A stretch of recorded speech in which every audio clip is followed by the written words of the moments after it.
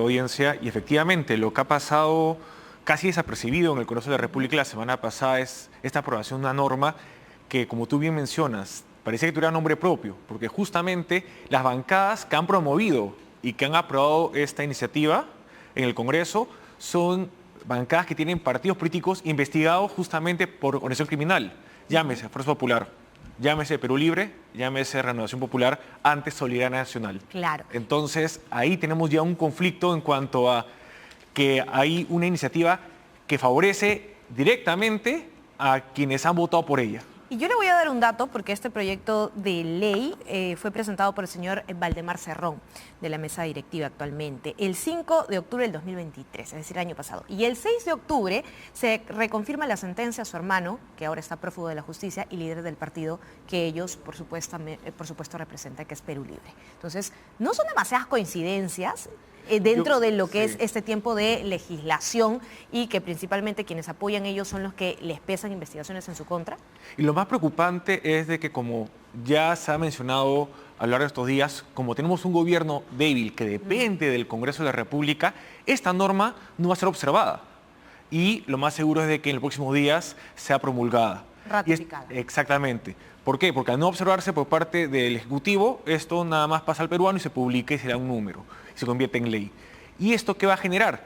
Que ya bajo esta normativa, muchas organizaciones políticas que ya están en curso en el jurado de elecciones o que ya están inscritas y van a ser posiblemente partidos que lleven candidatos tanto a la presidencia como al Congreso de la República en el 2026 y que desconocemos en la actualidad, puedan estar llevando dentro de sus organizaciones, dentro de sus candidatos, a personas que los utilicen como un escudo, como una especie de velo protector y lleguen al poder y también estén justamente legislando para el beneficio de estas organizaciones. Incluso, acuérdense que, si no me equivoco, el día de ayer el presidente del Poder Judicial, el doctor Arévalo, dijo que en el 2016 su mayor preocupación es de que organizaciones criminales tengan infiltrados o estén participando a través de partidos políticos en las elecciones que se vienen. Entonces ya no es una preocupación de ciertos sectores, sino ya inclusive del mismo Poder Judicial, de su titular, que ya está advirtiendo esta situación. Y con esta norma, peor.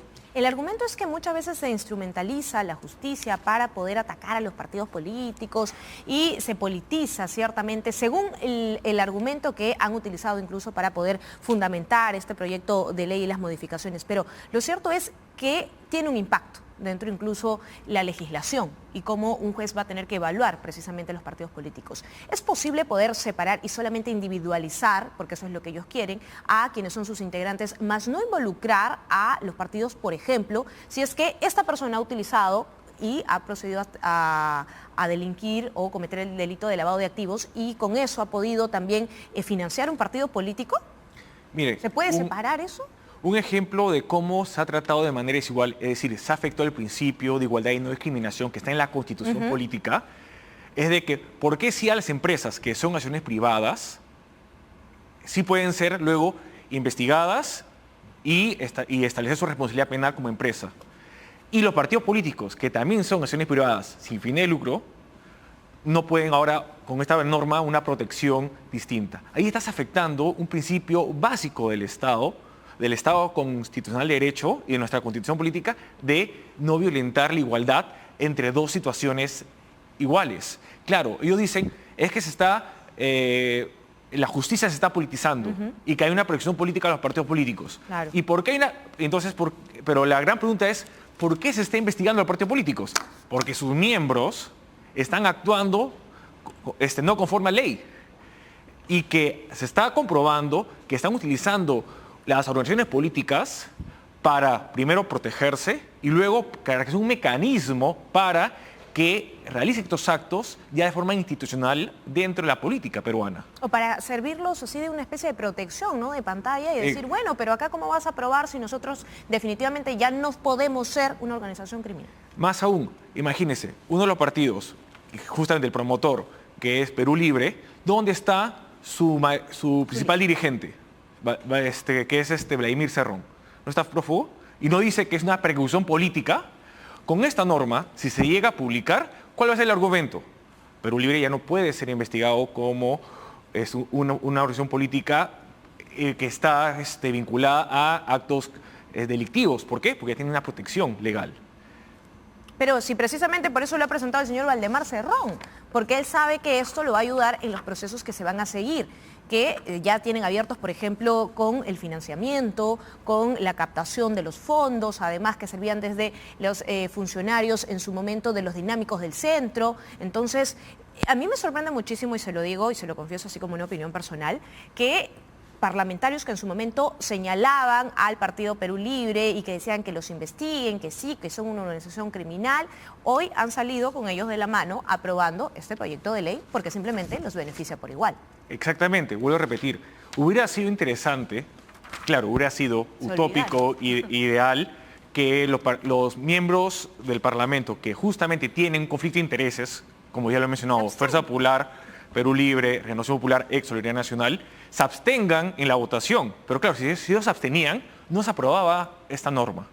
Y además, pedirles que tengan decoro a este Parlamento es bastante pedir, creo yo. Realmente, porque hemos visto que van legislando, pero bajo sus intereses personales, más no el de la ciudadanía, porque acá el argumento es bastante idílico, pero el Realpolitik no es así, como realmente lo han colocado. Es más, ni siquiera actualmente ellos van ejerciendo lo que sustentan como argumentación de que los partidos políticos son del sentir de la ciudadanía, que representan, pero lamentablemente lo que estamos viendo en estos momentos no es necesariamente algo que beneficie a la ciudadanía. No, para nada. Que beneficia a ellos, exactamente, como dirigencia. Hace tiempo, y eso lo decía a mis alumnos de Derecho Constitucional, que Aristóteles, censura la política, decía que la política debería buscar una sociedad virtuosa y la virtud era buscar el interés general. Si ahora Aristóteles estuviera analizando la política peruana, diría que no hay personas virtuosas en el Parlamento porque todos buscan sus intereses personales y particulares. Y eso es una mala política. Esas son unas personas que no están pensando en la ciudadanía. Y el Parlamento, hoy por hoy, eso es solo una pizca o un ejemplo de lo que ya el Parlamento nos ha demostrado que no actúa conforme a la ciudadanía. Desde los mochasueldos hasta, por ejemplo, el aprobar la extensión del Reinfo, que es una forma de apoyar la minería ilegal. Una minería ilegal que le está afectando a miles de peruanos su vida. Porque así como el narcotráfico es un delito pluriofensivo, la minería ilegal de la misma manera.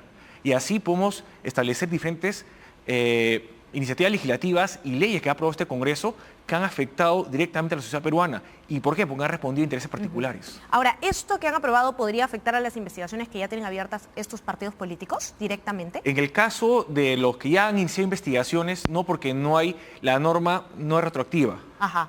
Por ese lado, podemos estar seguros de que, y eso el Ministerio Público va a tener que sostenerlo y también el Poder Judicial, de que esta norma, desde que se aprueba, si se llega a aprobar, por parte y no se observa por parte del Poder Ejecutivo en adelante, y que obviamente las investigaciones siguieron con una norma distinta a la señalada. Pero claro, estamos hablando de los partidos que están en curso, pero es muy sencillo crear otro partido político. Lo estamos viendo. Exactamente, tenemos ya, según el sistema electoral, más de 30 partidos inscritos para el 2026. ¿Cuántos de esos partidos inscritos nos están ocultando personajes que tienen por ahí intereses subalternos que no sea la corriente democrática, sino que más bien, como ya hemos visto en otros casos, escudar un plan delictivo, una organización delictiva? O una acción que pueda dinamitar la propia democracia que ya está bastante debilitada en nuestro país. Ahora, usted como miembro de Acción Popular, ¿cómo ve cambiando un poquito de tema, esta firma que se ha dado, por supuesto, de la solicitud de incremento? Le hemos visto al señor Darwin Espinosa, que lamentablemente todavía sigue en Acción Popular y representando a la bancada.